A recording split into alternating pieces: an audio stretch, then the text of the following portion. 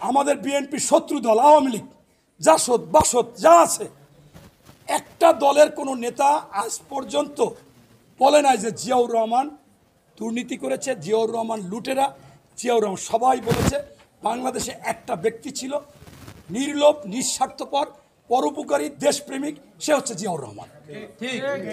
এই নাসিরউদ্দিন পাটোয়ারি বলে যে সে জিয়াউর রহমান নাকি লুটেরা। কত বড় খারাপ, শুধুমাত্র টেলিভিশনে বা বিভিন্ন জায়গায় আলোচনায় আসার জন্য। কারণ আপনি কালকে দেখেছেন যে এই উপদেষ্টাদের যে মাহফুজ ওদের, সে বলছে যে জিয়ার কোনো বিকল্প হয় না, জিয়া ছিল বাংলাদেশের সবচেয়ে দেশপ্রেমিক। আব্দুল হামিদ খান ভাসানী বলেছে যে বাংলাদেশে দেশপ্রেমিক না, বিশ্বে আমি এরকম দেশপ্রেমিক এবং নিঃস্বার্থপর নির্লোভ কোনো রাষ্ট্রপ্রধান আমি দেখি নাই। এটা আব্দুল হামিদ খান ভাসানী বলেছে। তাই তাকে নিয়ে সে সমালোচনা করেছে। সালাউদ্দিন সাহেবকে নিয়ে সে বিভিন্ন ধরনের কথা বলেছে যে এই চাঁদাবাজ, দখলবাজ, এটা সেটা বলেছে আলোচনায় আসার জন্য। এরপরে এরকম সে বলবে কেন? ওই যে আপনারাই ছেড়েছেন যে আমি মন্ত্রী হতে চাই, মাসুদ ছেড়েছেন, আরও দুই একজনের ছেড়েছেন, আমি ক্ষমতা দেখতে চাই। আপনাদেরকে আমি স্পষ্টভাবে বলতে চাই, এই এনসিপি নাইপাটি হয়ে গেছে। এনসিপি আর কোনো পার্টি নাই। এখন স্পষ্টভাবে এরা একজনের বাসায় রাখতেছে, কথা বলতেছে। এই জন্য আমি আপনাদের কাছে প্রশ্ন করি, 52 ভাষা আন্দোলনে শহীদ হয়েছে, পঙ্গু হয়েছে, বিনিময়ে কি কেউ কিছু চেয়েছে? 1971 সালে 30 লক্ষ লোক শহীদ হয়েছে, পঙ্গু হয়েছে, শহীদ পরিবার পঙ্গুরা কি কিছু চেয়েছে?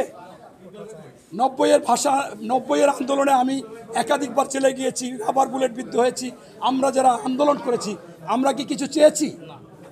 আপনার এরপরে 24-এ কেন চাবে? 24-এ আমি প্রত্যেকটা আন্দোলনে ওদের সাথে ছিলাম, আমার সন্তানকে নিয়ে। আমার কাছে ভিডিও আছে, অডিও আছে। তারেক রহমান ছাড়তে মানা করেছে যে আপনারা ভিতরে থাকবেন, কারণ আমাদের পিঠ দেয়ালে ঠেকে গিয়েছিল। আমরা বউ বাচ্চাও নিয়ে আসছি। সেইখানে আমরা দেখলাম যে যখন লোকজন এসেছে তাদেরকে বলেছি যে আপনি কি করেন? কয় রিক্সা চালাই। আপনি কি করেন? ভ্যান চালাই। আপনি কি করেন? পাঠাও চালাই। আপনি কি করেন? আমি গৃহিণী। আপনি কি করেন? হকার। তা আসছেন কেন?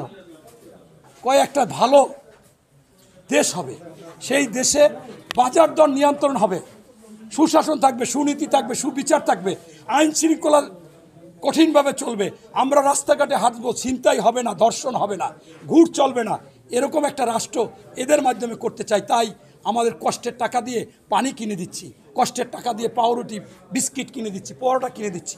অথচ সেইখানে দেখা গেল সবচেয়ে ওদের লোভটাই বেশি। ওরা ক্ষমতা চায়, ওরা পদ চায়, ওরা দল করে, ওরা এই বাংলাদেশের সব জায়গায় বসে আপনার চাঁদাবাজি করতেছে, দুর্নীতি করতেছে, চাকরি দিচ্ছে, তদবির বাণিজ্য করতেছে, সব কিছু করতেছে। এই যে করতেছে, এটাই হচ্ছে কষ্টদায়ক ব্যাপার। তাই ধরে নিতে হবে যে এরা আসলে দেশের জন্য কিছু চায় না। আর সবচাইতে লজ্জাজনক, দুঃখজনক ব্যাপার, বাংলাদেশের সবচেয়ে দেশপ্রেমিক হচ্ছে সেনাবাহিনী। আপনারা দেখেছেন 1971 সালে সেনাবাহিনী ওখান থেকে এসে ট্রেনিং দিয়ে মানুষের সাথে যুদ্ধ করেছে। এরপরে আমি দেখেছি 90 সালে যখন সেনাপ্রধান নুরুদ্দিন বলে যে আর একটা ছাত্রদের উপর গুলি চালাবো না, চালাইতে পারবো না, এর সাথে পদত্যাগ করেছে। আবার 2024 সালেও এই বর্তমান সেনাপ্রধান যখনই বলছে যে আর কোনো গুলি চালাইতে পারবো না, এই শেখ হাসিনা পালিয়ে যেতে বাধ্য হয়েছে। অতএব সেই সেনাপ্রধানদেরকেও নিয়ে কিন্তু এই পাটোয়ারিরা যা ইচ্ছা তাই বলে। এগুলো তাদের আসলে আলোচনায় থাকতে চায়। তারা শেষ পর্যন্ত ওই অবৈধ কাজ, তদবির বাণিজ্য, মন্ত্রণালয় ক্ষমতা, সচিবদের উপর ক্ষমতা, ডিসিএসপিদের উপর ক্ষমতা চালাবার জন্য আলোচনায় থেকে এই সমস্ত কিছু কথাবার্তা ওই সারজিৎ, ওই হাসনাত, এই পাটোয়ারিরা বলে যাচ্ছে। এরকম আপনারা দেখেন না, হাস্যকর। বাংলাদেশের সবচেয়ে সেন্সিটিভ সময় হচ্ছে 5ই আগস্ট। সেই 5ই আগস্টে কী হয়েছিল? বাংলাদেশে একটি সরকার পালিয়ে গিয়েছে, আর রক্তের দাগ যায়নি। আমরা শহীদের স্মরণের দিন। আবার সেই দিনই আপনার জুলাই ঘোষণাপত্র দেবে। সেই দিন এনসিবির লোকেরা কোথায় গেল? হানিমুনে গেছে। বলে যে ষড়যন্ত্র। কয় না, ষড়যন্ত্র না, আমরা বেড়াইতে আসছি মেয়েটে নিয়ে। আবার দ্বিতীয় রাউন্ডে কি হইলো? একবার গেছে সারা বাংলাদেশে ঘুরতে যাইয়া সেইখানে পানিতে লাফ দিয়ে নামিয়া, মানে অর্থাৎ এমন একটা ব্যাপার যে আমরা ছোটোবেলা একটা গল্প পড়েছি, ব্যাঙ যখন এই বর্ষাকাল আসে, ছোট ছোট ব্যাঙের বাচ্চা ডাকে, তখন বাচ্চারা আবার খোয়া দিয়া ঢিলা দিয়া মারে। তখন ওই ব্যাঙ বলে যে হে মানব জাতি, তোমরা যেটাকে খেলা মনে করতেছো সেটা আমাদের মৃত্যু। এই বাচ্চাদের কাছে তো আসলে এই খেলা হয়েছে মৃত্যুর ব্যাপার।